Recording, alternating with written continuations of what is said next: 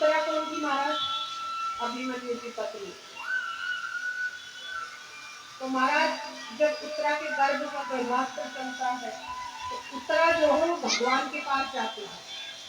देखिए उनका भी परिवार है, संबंधी है, और वो उनके पास नहीं गई। इतना भरोसा है उनको भगवान के पास। वो कहती है कि किसने मेरी सास की लाज को बचाया है, यानी मेरे गर्भ की रक्षा नहीं करेगा।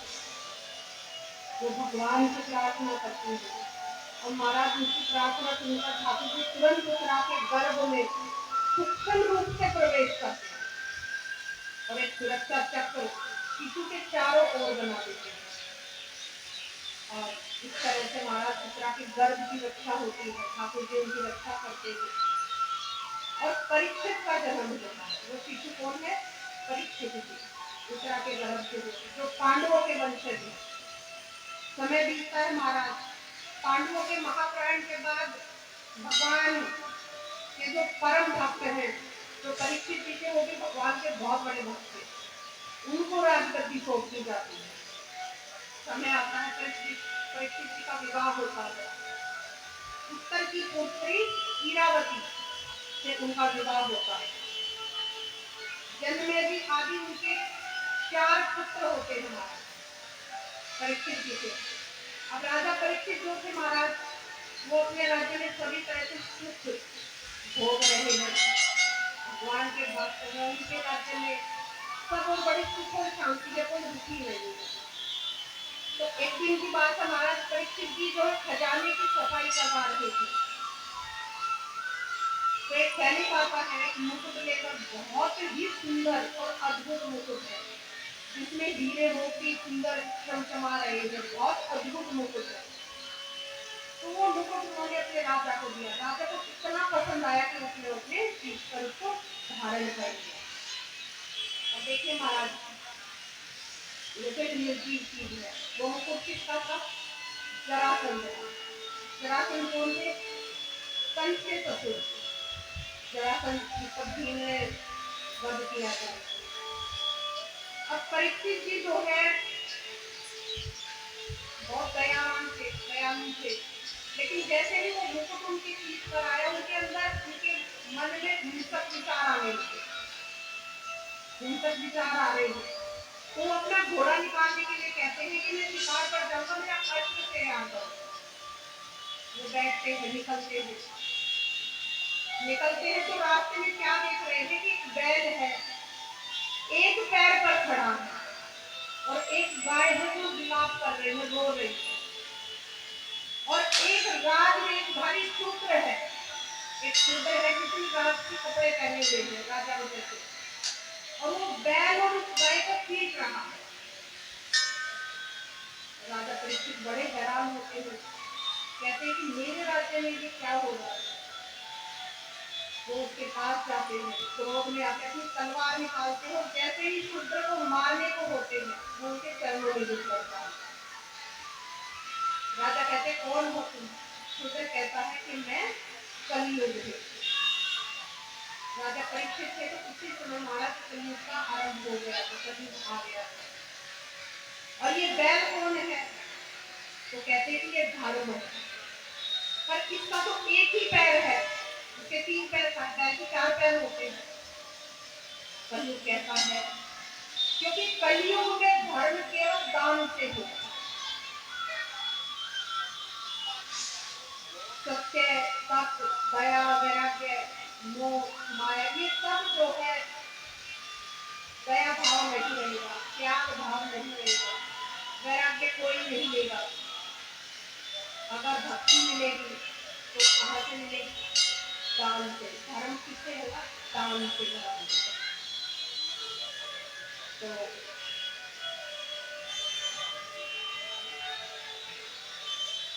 महाराज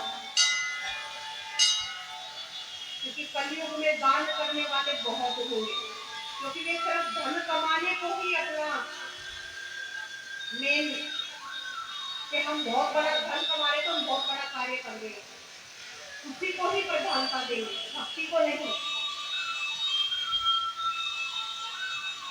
और धन बहुत कमाएंगे तो दान भी बहुत होगा। और अभी है महाराज वो समय बड़े बड़े आयोजन हो रहे हैं, धन के बिना वो संभव नहीं है। तो हम देखते हैं बड़े धनवान है तो बड़ा बड़ा दान करते हैं। फिर वो पूछते कि गौ माता कौन है, वो कहती पृथ्वी है। कलयुग में सबकी यही हालत है। राजा परीक्षित कहते हैं कि अगर तुम्हारे आने से ऐसा समय आने वाला है तो तुम्हारा तो मर जाना ही अच्छा, उन्होंने तुम्हें मार दी। कलयुग कहता है कि मुझ में लाख अवगुण सही, लेकिन मेरे अंदर एक ऐसा गुण है जो किसी युग में नहीं है। तो कहते हैं क्या? कलयुग कहता है कि केवल नाम जाप करने से भगवान की भक्ति प्राप्त हो जाएगी, भगवान के दर्शन हो जाएंगे। वो कहता है कि कलयुग केवल नाम आधारा, सुमिर सुमिर नर उतरे ही पार, कि केवल नाम जपने से भगवान मिल जाएंगे। ये मेरे अंदर गुण है। पहले ऋषि मुनि जो होते थे वर्षों वर्षों तक महाराज तपस्या करते थे तो भगवान दर्शन देते थे। लेकिन कलयुग में कितने ही भक्त हुए हैं, मीराबाई जिनको भगवान रोज दर्शन देने आते थे। बहुत सारे ऐसे भक्त हुए हैं, भक्तमान उठा करके देखो, पढ़ो, बड़ी बड़ी गाथाएं हैं भक्तों की, बहुत कुछ सीखने को मिलता। महाराज ऐसे ऐसे भक्त हुए हैं हमारे कलयुग में, इसी समय में कुछ ही 100 साल पहले और अभी भी एक बड़ा ही अद्भुत लोग हैं वो भी, और उन्होंने भगवान के दर्शन के सिर्फ नाम जप कर लिया। तो कहते हैं कि कलयुग में सिर्फ नाम जप करने से भगवान के दर्शन हो जाएंगे। ये इस युग की बहुत बड़ी एक ऐसा गुण है जो किसी युग में नहीं। सतयुग में भी वर्षों वर्षों 10,000 साल तक एक पैर पर खड़े होकर रावण ने, तब भगवान ने जा करके इनको दर्शन दिए। तो ऐसा नहीं है इस युग में। परीक्षित जी कहते हैं कि ठीक है, परंतु तुम मेरे राज्य में नहीं रह सकते। वो कहता है कि और मैं कहाँ जाऊँ? अरे सारी पृथ्वी पर तो आपका राज्य फैला हुआ है। वो कहते हैं कि वहां जाओ जहाँ पर जुआ खेला जाता है, जहाँ पे मदिरा पान होता है, जो झूठ बोलता है, चोरी की जाती है, जहाँ पर गलत कार्य किए जाते हैं, ऐसी जगह पर, ऐसे स्थान पर तुम जाओ। कलयुग मन ही मन सोचता है कि वो वाले सारे ब्लॉक तो मैंने पहले ही बुक करके रखे हैं, तभी तो ऐसे कार्य हो रहे हैं। तो वो कहता है ठीक है महाराज, मैं वहीं पे निवास करूंगा, लेकिन एक जगह मैं अपने मन मुताबिक मांगना चाहता हूँ कि एक स्थान मेरे मन मुताबिक आप दे दीजिए जिसमें मैं निवास कर सकूं। राजा परीक्षित कहते ठीक है। तो कलयुग कहता है कि मुझे सोने में स्थान दीजिए, सोने यानी स्वर्ण, जिसके आभूषण बनते हैं, हम धारण करते हैं, उसमें भी महाराज कलयुग निवास करता है। राजा ने कहा ठीक है। राजा भूल गया महाराज के, उन्होंने भी बहुत सारा स्वर्ण धारण कर रखा, उनके सिर पे जो है वो सोने का ही है। कलयुग उसमें प्रवेश कर जाता है। अब महाराज परीक्षित जी कहते हैं कलयुग को कि तुमने जो मांगा मैंने दिया, लेकिन एक चीज मैं तुम्हें कहता हूँ कि तुम 5,000 वर्ष तक अपना असर मत दिखाना, क्योंकि कलयुग तो आ गया था जब उनका राज्य चल रहा था। वो कहते हैं कि 5,000 वर्ष तक अपना असर मत दिखाना। कहते हैं ठीक है। हम कहते हैं महाराज कुछ भी अगर गलत कार्य होता है तो भाई कलयुग आ गया, कोई कभी कुछ कलयुग नहीं आएगा। आगे आगे तो ऐसे ऐसे कार्य होंगे कि आप देख सुन भी नहीं पाएंगे। तो महाराज अभी तो शुरुआत है कलयुग की, क्योंकि आयु कितनी है कलयुग की पता है किसी को? नहीं, तो नहीं। देखिए महाराज 4 युग है, चारों युगों की मैं आयु बताती हूँ आपको। सतयुग है, सतयुग की आयु है 17,28,000 वर्ष। जो सतयुग था वो 17,28,000 वर्ष तक चला रहा। फिर त्रेता युग आया महाराज, त्रेता आया 12,96,000 वर्ष का त्रेता युग। द्वापर युग 8,64,000 का, और कलयुग महाराज 4,32,000 का। और अब आप देखिए कि 5,000 और 200 100 कुछ साल व्यतीत हुए हैं, और हम कहते हैं कि कलयुग आ गया, कलयुग आ गया। शुरुआत है एक तरह से, ये लगा लीजिए कि एक बच्चा है तो वो तो अपने बचपन में ही है, तो सोच लीजिए प्रथम चरण है ये तो कलयुग का आगे, और अभी इतना समय बचा है। तो जब इसकी यौवन अवस्था होगी तो क्या, तब आएगा असल घोर कलयुग। अभी तो महाराज धर्म के कार्य हो रहे हैं, कथाएं हो रही है, भक्त लोग हैं, सत्संग हो रहे हैं, दया भावना है अभी लोगों में बहुत, पूरी तरह से नहीं मरी है, संस्कार है घरों में। तो महाराज परीक्षित जी एक बात भूल गए हैं, उन्होंने सोने का, जो सोने में स्थान दिया उन्होंने बहुत स्वर्ण धारण कर रखा है, सोने का मुकुट उन्होंने पहना हुआ है। अब कलयुग उसमें प्रवेश कर गया महाराज, और परीक्षित जी शिकार को आगे निकल गए, शिकार खेल रहे हैं, हिंसक भाव आ रहे हैं उनके मस्तिष्क में। वो शिकार करते करते भटक जाते हैं और इतनी दूर निकल जाते हैं कि सब शरीर पीछे छूट जाते हैं। और शिकार खेलते खेलते उनको प्यास लगी महाराज, शाम का समय हो गया था, तो उनको एक आश्रम दिखाई देता है, वो वहां जाते हैं। कुटिया में एक ऋषि बैठे हैं, वो तपस्या में लीन है, आंखें बंद कर रखी उन्होंने। उनको नहीं पता कि कौन आ रहा है कौन जा रहा है। राजा कहते हैं कि मुझे जल चाहिए, मुझे बहुत प्यास लगी है। वो 2-3 बार कहते हैं, परीक्षित ने अपनी आंखें नहीं खोली, वो तप में लीन है। और महाराज देखो कलयुग का प्रभाव, अगर राजा परीक्षित होते तो ऐसा कभी नहीं करते, वो तो बहुत संतों का आदर भाव रखते थे, तो संतों को भी ये चीज पता थी। अब वो क्या करते हैं कि पृथ्वी पर एक मरा हुआ सांप पड़ा हुआ है, वो इतना क्रोध में आते हैं कि जवाब नहीं दे रहा है, जल नहीं दे रहा है, तो सांप को उठाकर उसके गले में डाल देते हैं। और ये दृश्य ऋषि के शिष्य ने देख लिया हमारा, वो दौड़ा दौड़ा जाता है ऋषि के पुत्र के पास, और उनको जाकर के सब बात बताता है कि तुम्हारे पिताजी के साथ एक राजा ने क्या घृणित कार्य किया। पुत्र को बड़ा क्रोध आता है हमारा, और वो बिना जाने बिना सोचे वहीं से ही श्राप दे देता है कि जिसने भी मेरे पिताजी के साथ ये दुष्कर्म किया है उसकी अगले 7 दिन में तक्षक नाग के डसने से मृत्यु हो जाए। अब राजा अपने राज्य में पहुंचते हैं, वो श्राप से अन्न देते हैं, उनको नहीं पता उनको श्राप मिल चुका है। मुकुट को उतारते हैं, और जैसे ही मुकुट को उतारते हैं तो उनको सब कुछ याद आ जाता है। अब वो बहुत विचलित हो जाते हैं, क्योंकि वो तो बड़े संत व्यक्ति थे, बड़े विचलित है कि आज मैंने क्या क्या किया, और ये कार्य मैं कैसे कर सकता हूँ, कितना गलत काम किया मैंने, बड़े दुखी होते हैं, बड़े परेशान हैं। अरे मैं शिकार कैसे कर सकता हूँ, जीवों की हत्या कैसे कर सकता हूँ।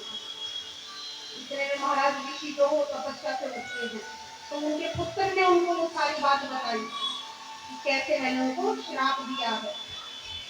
अब महाराज ऋषि बहुत ही तपस्वी है, ज्ञानी है, वो अपने नेत्र बंद करते हैं, क्योंकि उनको नहीं पता कि मेरे पुत्र ने किसको श्राप दे दिया। वो अपने नेत्र बंद करते हैं, तो देखते हैं कि राजा परीक्षित का चेहरा उनके सामने आता है कि परीक्षित को श्राप मिला है। ऋषि भी बड़े दुखी हो जाते हैं। अब आप एक बात बताइए महाराज, सच सच अगर किसी ने आपके साथ कुछ बुरा किया, कोई बुरी घटना घट गई, तो आपके मन में कैसे कैसे भाव आएंगे, सच सच बताइए। ऐसे भाव आएंगे अच्छा हुआ, जिसने आपके साथ गलत किया है अगर उसके साथ कुछ बुरा हो गया तो आपके मन में क्या आएगा, अच्छा हुआ, अरे मिली सजा, मेरे साथ गलत किया था, बड़ा अच्छा हुआ। लेकिन वो ऋषि है, वो संत है, वो दुखी हो जाते, वो जानते हैं कि परीक्षित कैसे हैं, वो तो संतों का बहुत मान सम्मान करते हैं, आदर करते हैं। तो ऐसा जरूर उनके साथ हुआ होगा कुछ, जो उन्होंने ऐसा कार्य किया, वो तो ऐसा कर ही नहीं सकते। वो संत है, देखिए उनके साथ बुरा हुआ लेकिन वो फिर भी पछता रहे हैं कि मेरे पुत्र ने श्राप क्यों दे दिया। अब महाराज जो ऋषि है वो और संतों को साथ में लेते हैं और राजा के पास जाते हैं, क्योंकि उस राजा को भी ये बताना जरूरी है कि उनको श्राप मिल गया, उनको तो नहीं पता, और वो जा करके उनको बताते हैं। और जैसे ही राजा को पता चलता तो उसी समय बिना सोचे वो अपना राज्य का त्याग कर देते हैं।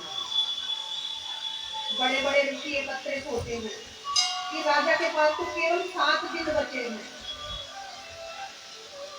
और परीक्षित उनके चरणों में गिर जाते हैं कि महाराज केवल 7 दिन बचे हैं, और कुछ ऐसा बताइए जिससे 7 दिन में मेरा कल्याण हो जाए।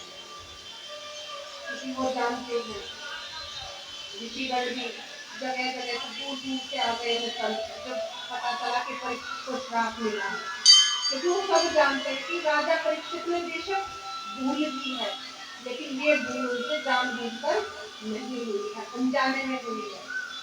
तो महाराज वो विचार कर रहे हैं कि ऐसा क्या करें जो आने वाले 7 दिनों में परीक्षित का कल्याण हो जाए।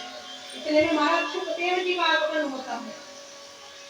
सभी ऋषिगण सुखदेव जी से आग्रह करते हैं कि आप राजा परीक्षित को श्रीमद् भागवत सप्ताह पारायण का पाठ करवाइए, वो सुनाइए, कथा सुनाइए। सुखदेव जी मान जाते हैं, क्योंकि सुखदेव जी महाराज श्री कृष्ण के बहुत बड़े भक्त थे। सुखदेव जी जानते हैं कि परीक्षित जी कृष्ण के छोटे भाई कैसे,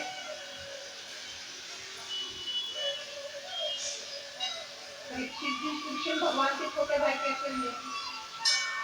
भाई कौन होता है?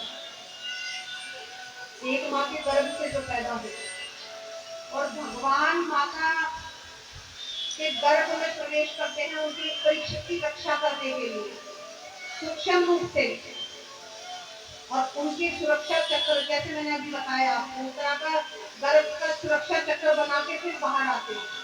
तो पहले भगवान बाहर आए गर्भ से और फिर परीक्षित भी बाहर आए। तो एक तरह से उनको उनका बड़ा भाई भी कहा गया है हमारा भगवान ने। तो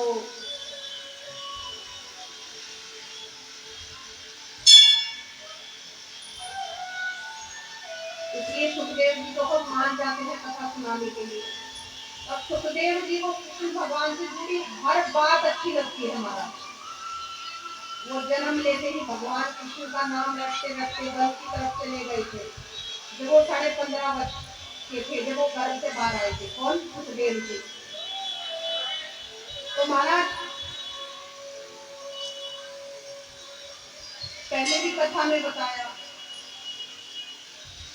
कि सुखदेव जी का जो है, क्योंकि उन्होंने मोह माया रोक दी थी, तो माता पिता का उन्होंने चेहरा भी नहीं देखा था अपने कि कौन तेरे पिता है कौन मेरी माता है, क्योंकि मोह माया का कोई असर नहीं था उनके ऊपर। तो उनके जब वो वन में चल पड़े, वेद व्यास जी को जब पता चलता है, क्योंकि वो 15.5 वर्ष के, और भगवान का नाम जपते जपते वो चल दिए बिना इधर उधर देखे कौन माँ है कौन पिता है, कहाँ हूँ, कहाँ मेरा जन्म हुआ है, अनायास वो चल पड़े वन की तरफ। तो वेद व्यास जी भी बड़े संत हैं, तो वो 2 शिष्यों को उनके पीछे भेजते हैं, क्योंकि उनको पता है कि वो उनका पुत्र है, और पुत्र है भगवान का नाम तो जप रहा है, लेकिन एक पुत्र को शिक्षा देना पिता का धर्म है, ये भी वेद व्यास जी को पता है। लेकिन वो जब उनके पीछे पीछे पीछे पीछे भाग रहे हैं तो उनकी बात को सुन नहीं रहे हैं, क्योंकि उनको तो मोह ही नहीं है पिता में। तो अब उनके मन में विचार आता है, तो क्या करते हैं वेद व्यास जी? अपने 2 शिष्यों को भेजते हैं, भागवत से सिर्फ 2 श्लोक देकर, एक शिष्य को श्लोक याद करवाते, दूसरा दूसरे को कहते हैं कि जाओ और ये श्लोक बोलो एक एक करके। ठीक है, श्रीमद् भागवत के जो 2 श्लोक हैं